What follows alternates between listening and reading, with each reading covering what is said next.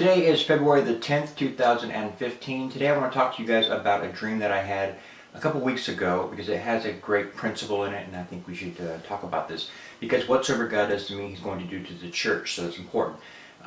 In this dream I had a couple weeks ago, I see myself and my wife standing and facing east, and there's an individual in front of us facing west, so of course they're facing us.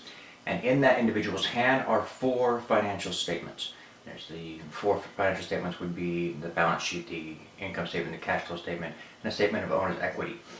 In this dream, the person obviously wants to tell us something, but they hesitate and they want to toss in a qualifier. They say, do you understand financial statements?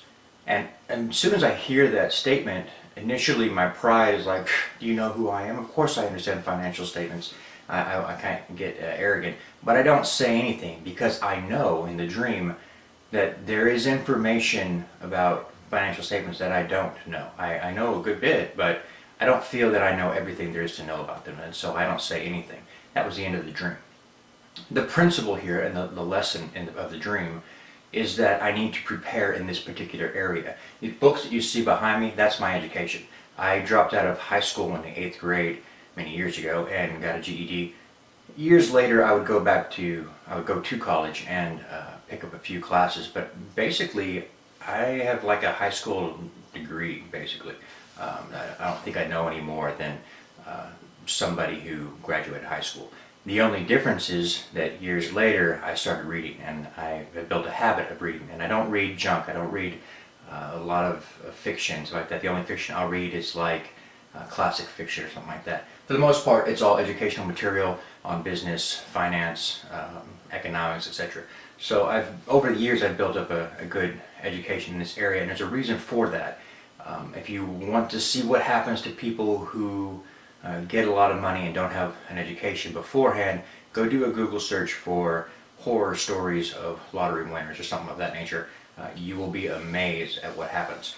So now we know that I need to improve my understanding in the area of financial statements, and that's what I'm really focused on right now. As soon as I had that dream, I finished the book that I was working on, and I quickly picked up Financial Intelligence, and that's a book that I would recommend. It's a very good book, and then I ordered some more, and I've been reading them ever since, right?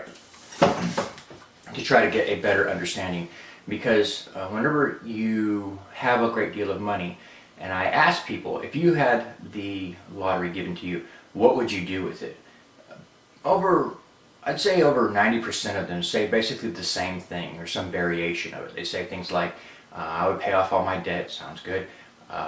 Then they would say, I would buy a house or buy a car, and then I would invest the majority of it, and I give a little bit away to charity or people that I love or whatever. But that term, when they say I'm going to invest a lot of it, what does that actually mean? Do you even know what investing is? Do you know the difference between a good investment and a bad investment?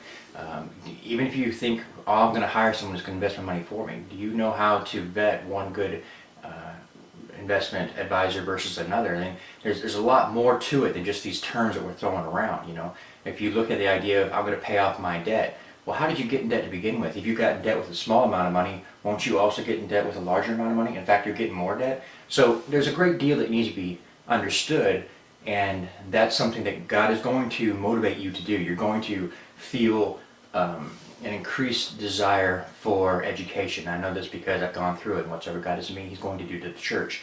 So these are things that you should consider and spend some time investing into the area of education, because it's something that you're going to deal with. I talked a few days ago, I spoke with you guys about this woman who had won the lottery, and it was a difficult situation for her because she hadn't had the education prior, and so it's important that we take the time to follow God. When He's telling us, hey, you need to increase your knowledge in this particular area, then do so. Also, that dream shows something else. Whenever you're looking at publicly traded companies, which is what I typically focus on, you're looking at the balance sheet, the income statement, the cash flow statement. You don't deal with that fourth statement. But in private companies, you will deal with that fourth statement. So it also shows me that not all my investments will be publicly traded companies. So It's something to take note of whenever you're having these dreams. It might be encouraging you to start improving your education in a certain area.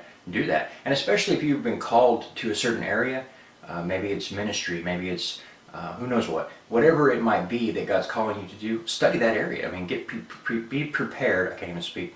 Be prepared before you get there. You know, that would just be intelligent, okay?